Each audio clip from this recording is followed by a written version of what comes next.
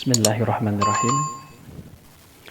Assalamualaikum warahmatullahi wabarakatuh.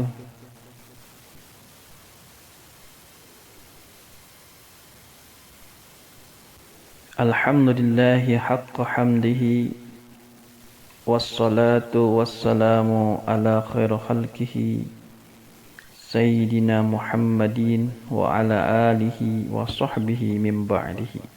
Amma ba'd. Hadirin rahimakumullah, puji dan syukur mari kita panjatkan kehadirat Ilahi Rabbi, yang mana pada kesempatan yang berbahagia ini kita semua telah diberikan curahan karunia rahmat oleh Allah Subhanahu wa taala, nikmat iman, nikmat Islam, nikmat sehat wal afiat, nikmat imdad dan nikmat ijab. Salawat beserta salam mari kita curah limpahkan kepada habibina wa syafi'ina wa maulana Muhammad sallallahu alaihi wasallam. Tidak lupa kepada seluruh keluarganya, kepada para sahabat-sahabatnya, hingga penerusnya sampai akhir zaman. Hadirin kaum muslimin rahimakumullah yang kami muliakan, tibalah kita di hikam, yaitu hikmah nomor kedua mengenai syahwat dan himmah. Jadi pada hikam pertama kemarin kita membahas mengenai amal yang disandarkan kepada karunia dan rahmatnya Allah. Nah, sekarang mengenai syahwat dan himmah. Jadi ibadah kita jangan sampai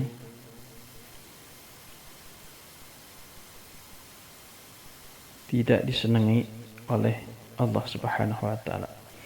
Teksnya seperti ini.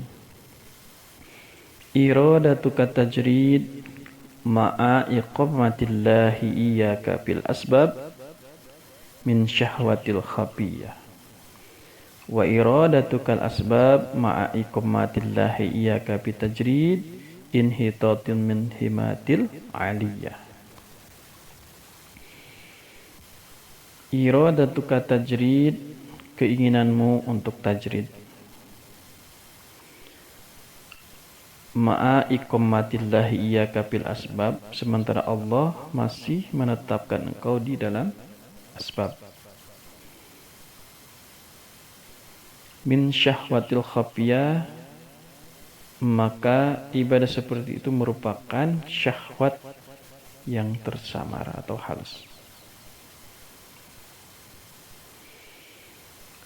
Kemudian wa iradatukal asbab, dan keinginanmu kepada asbab, ma'a iqamatillahi iyyaka bitajrid, sementara Allah menegakkan engkau atau menempatkan engkau dalam tajrid. Ini disebut inhitatun minal himmati aliyah, merupakan suatu kejatuhan dari himmah atau semangat yang tinggi. Maknanya apa? Makna daripada hikam ini adalah terbagi dua. Yang pertama adalah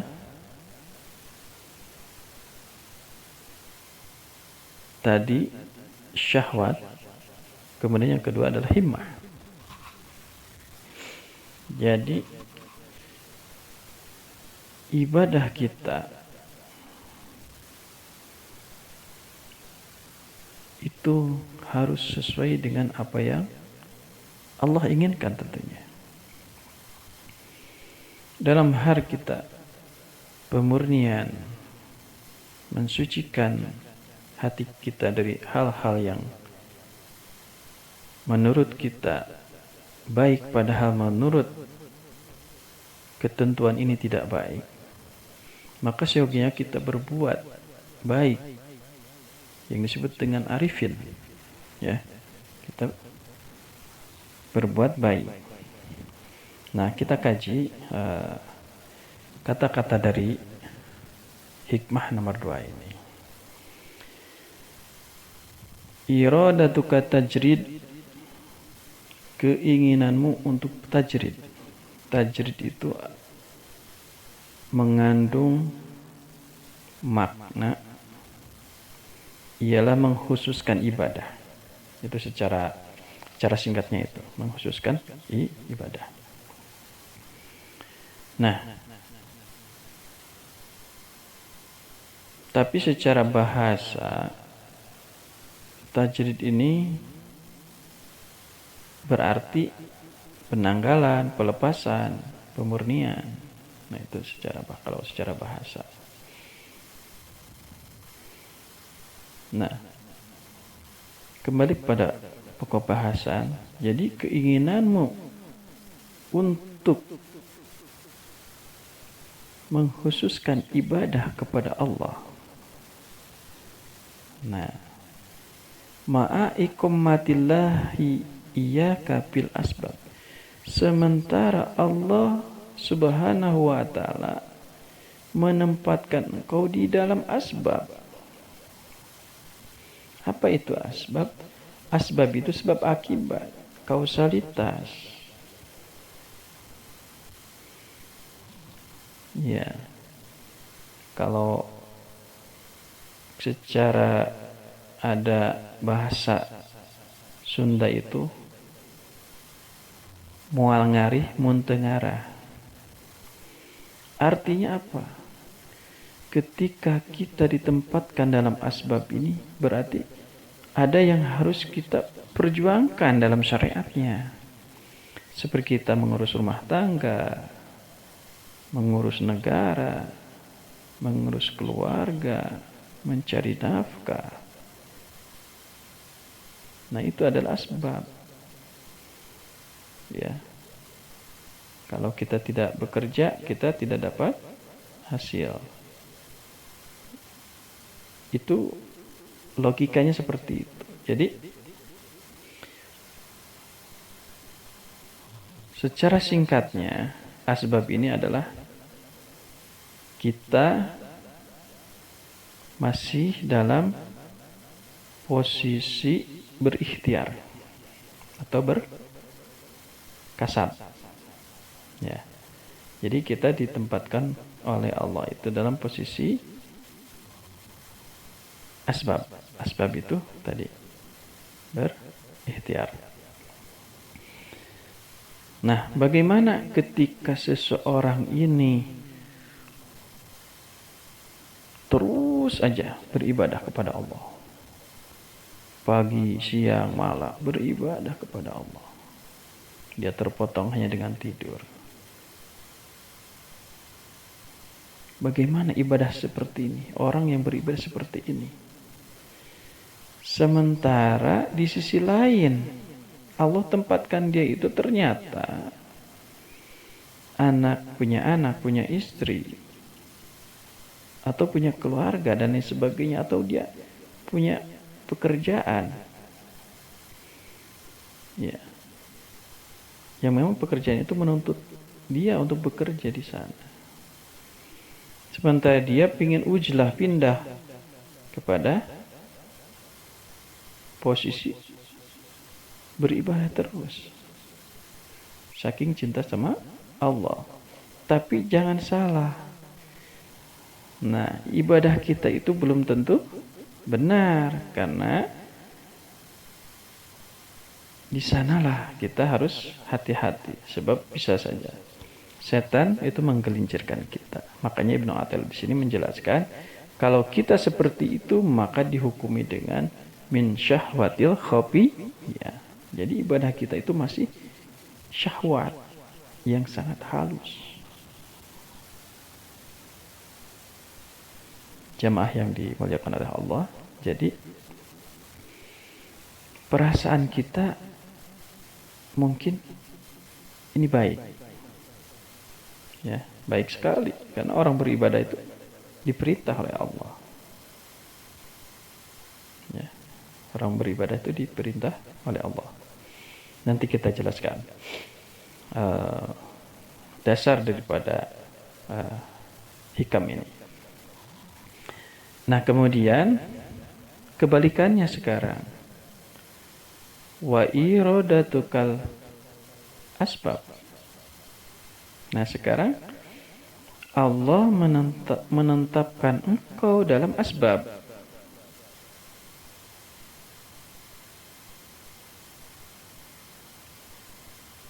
Maaf, Allah keinginanmu kepada asbab, padahal ma'a iqamatillahi yakafi tajrid. Jadi kebalikan dari yang pertama, yaitu tapi Allah menempatkan engkau dalam tajrid. Engkau itu harus mengkhususkan ibadah. Tapi kita melaksanakan asbab. Paham gak sampai sini? Jadi ketika keinginan kita untuk bekerja terus, mengabdi terus kepada bangsa negara ini, menafkahi keluarga, terus saja seperti itu, pagi, siang, sore, ya, bahkan sampai malam bekerja terus. Nah, ini gimana? Padahal Allah itu menyuruh kepada kita untuk menghususkan ibadah.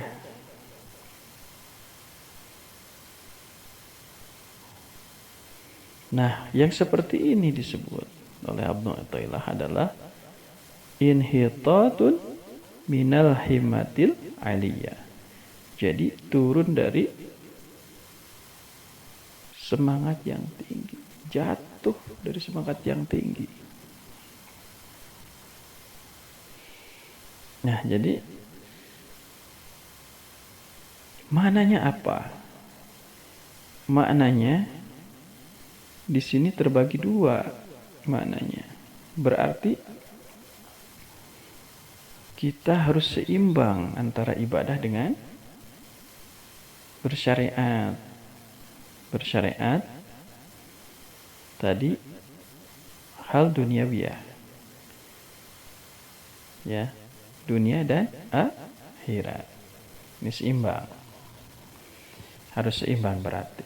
Jadi kita harus menyadari bahwa Allah memerintahkan kita untuk beribadah. Ya. Hal ini dijelaskan atau ditegaskan dalam Al-Quranul Karim surat Az-Zariyat ayat 56. A'udzu billahi minasyaitonir rajim. Bismillahirrahmanirrahim. Wa ma khalaqtul jinna wal insa illa liya'budun. Az-Zariyat ayat 56. Az-Zariyat itu surat 51. Ayatnya ya ke 56. Maknanya wallahu alam bis-shawab.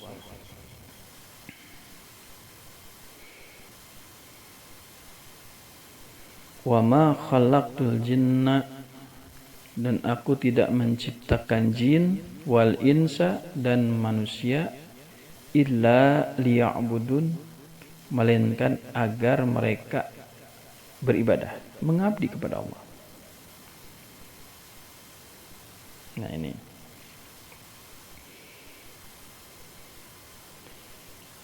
Jadi menurut tafsir daripada surat Az-Zariyat ini, ayat 56 ini,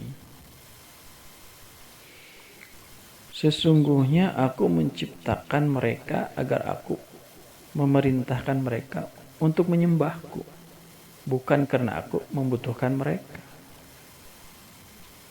Jadi sebenarnya Allah tidak butuh dengan ibadah kita. Hanya saja Allah ingin dikenal sama kita. Siapa penciptanya? Siapa pencipta kita itu siapa? Makanya kita diperintahkan untuk beribadah kepada Allah. Nah, kemudian Ali Ibnu Talha telah meriwayatkan dari Ibnu Abbas radhiyallahu an, makna daripada melainkan supaya mereka menyembahku adalah agar mereka mengakui kehambaan mereka kepadaku, baik dengan sukarela maupun dengan dipaksa. Nah, itu seperti itu. Wallahu a'lam bishawab. Hadirin yang dirahmati Allah, ibadah ini pun Rasulullah sallallahu alaihi wasallam memberikan petunjuk bagi kita semua sehingga untuk dapat menuju Allah Subhanahu wa taala kita dibimbingnya. Bahkan Rasulullah sallallahu alaihi wasallam melalui sabdanya, beliau mengatakan, An-Nabi sallallahu alaihi wasallam qala, Inna Allah ta'ala yaqulu, Ya ibnu Adam, taparrag li ibadati amla, sadraka ghinan, wa asudda faqrak, wa illa taf'al ma la tu yadayka syugla, wa lam asudda faqrak. Nabi sallallahu alaihi wasallam bersabda, sesungguhnya Allah Subhanahu wa ta'ala berfirman, Ya bani Adam, wahai anak Adam, taparrag li ibadati amla, fokuskanlah untuk beribadah kepadaku. Sadraka ginan, niscaya aku akan penuhi dadamu dengan rasa cukup, dengan kekayaan batin. Wa asyudda faqrak, dan aku tutupi kefakiranmu. Dan sebaliknya bagi mereka yang tidak fokus pada ibadah, wa ila taf'al, jika kamu tidak mengerjakannya, mala'tu yadaika syugla, aku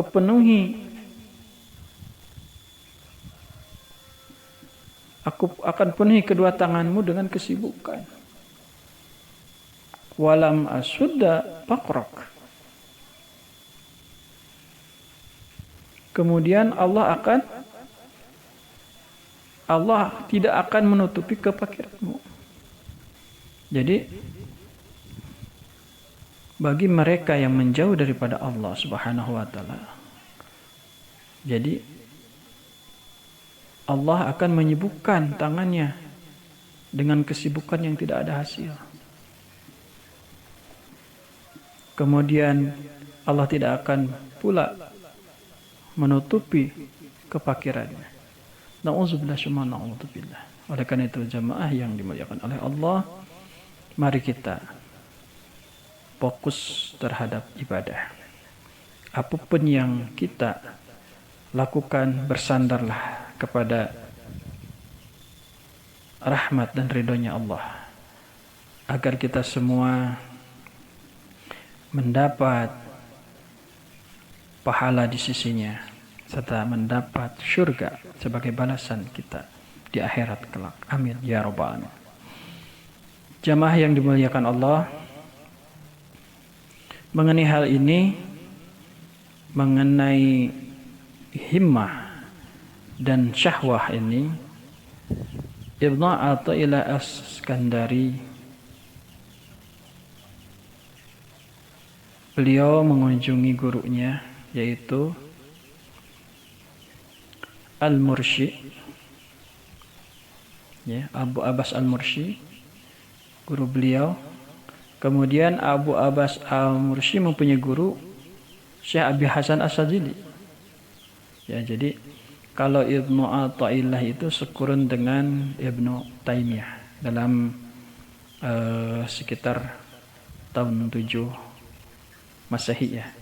7 Hijriah atau 13 Masehi. Nah, beliau sekurun dengan Ibnu Taimiyah. Syekh Ibnu Athaillah As-Skandari datang kepada gurunya Syekh Abu Abbas Al-Mursi.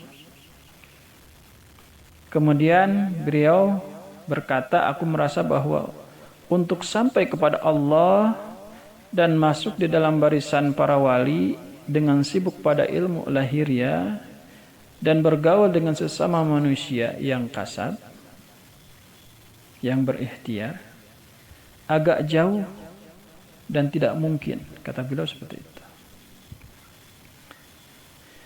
Tiba-tiba sebelum aku sempat bertanya, kata Ibnu Athaillah, guruku bercerita, yaitu Abu Abbas Al-Mursi bercerita.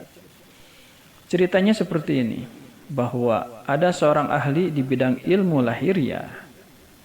Ilmu lahiriah di sini seperti ilmu ekonomi, ilmu politik, ilmu lahiriah, ya, ilmu yang membahas mengenai lahiriah, termasuk ilmu agama. Nah, itu disebut dengan ilmu lahiriah. Kemudian ketika ia dapat merasakan sedikit dalam perjalanan ini, yaitu ketika dia mengikuti perjalanan suluknya para gurunya, dia datang kepadaku sambil berkata, aku akan meninggalkan kebiasaanku untuk mengikuti perjalananmu. Jadi Ibnu Athaillah ini ingin mengikuti perjalanan gurunya Abu Abbas Al-Mursi. Nah, tapi ini diceritakan oleh Abu Abbas Al-Mursi. Nah, kemudian aku menjawab, bukan itu yang kamu harus lakukan, tapi tetaplah dalam kedudukanmu. Sedangkan apa yang akan diberikan Allah kepadamu pasti sampai kepadamu. Begitu kata Abu Abbas Al-Mursi. Jadi intinya dari pembicaraan antara seorang murid dan guru ini memberikan pelajaran terbesar dan terpenting bagi kita semua, yaitu bagaimana kita bisa menempatkan diri. Jika Allah sedang menempatkan diri kita dalam ketaatan, laksanakanlah ketaatan tersebut. Jangan meniru ketaatan-ketaatan yang memang belum bisa kita raih. Jika kita lagi ditempatkan dalam keadaan maksiat, maka segeralah kembali kepada jalan Allah, bertobatlah. Insyaallah Allah Maha Pengampun. Innallaha ghafurur rahim. Sesungguhnya Allah Maha Pengampun atas segala dosa kita. Jemaah yang dimuliakan Allah, apapun kedudukan kita sekarang, apabila dalam ketaatan, lanjutkanlah ketaatan itu dan lanjutkanlah pekerjaan yang Anda lakukan tersebut. Jika pekerjaan yang kita laksanakan itu sesuai dengan syariat, ya, tidak bertentangan dengan syariat. Oleh karena itu, kita banyak diberikan pelajaran dalam hikmah yang kedua ini, yaitu diantaranya kita tadi bahwa dalam beribadah kita harus seimbang antara ibadah kita mengkhususkan ibadah kepada Allah, kemudian terhadap pekerjaan atau tanggung jawab kita itu harus seimbang, sehingga ketika nanti pun terjadi tidak akan terjadi sesuatu hal yang dapat merugikan kita semua.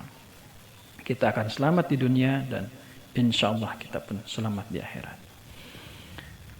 Demikian jamaah yang dimuliakan Allah mengenai pembahasan hikmah yang kedua dari kitab Al-Hikam Ibnu Athaillah As-Sakandari. Tapi sebelum ini berakhir, saya akan bacakan kembali teks daripada hikmah yang kedua ini. Iradatuka tajrid ma'a iqamatillah iyyaka bil asbab min syahwatil khafiyah wa iradatukal asbab ma'a iqamatillah iyyaka bit tajrid inhitatun minal himmati aliyah. Ada yang bilang anil himmatil aliyah. Keinginanmu untuk tajrid sementara Allah masih mendekatkan engkau atau menempatkan engkau di dalam asbab, merupakan syahwat yang samar atau halus. Dan keinginanmu kepada asbab pada saat Allah sudah menempatkan engkau dalam tajrid merupakan suatu kejatuhan atau kemunduran atau keruntuhan dari semangat yang tinggi. Itu di hikam kedua. Mudah-mudahan Allah Subhanahu wa taala memberikan taufik dan hidayah kepada kita untuk bisa melaksanakan amalan-amalan ibadah dengan baik dan kita diberikan kefahaman dalam ilmu agama. Kemudian kita diselamatkan di dunia dan akhirat. Jika ada salah, mohon maaf yang sebesar-besarnya. Wa afu minkum wabillahi taufiq wal hidayah. Wassalamualaikum warahmatullahi wabarakatuh.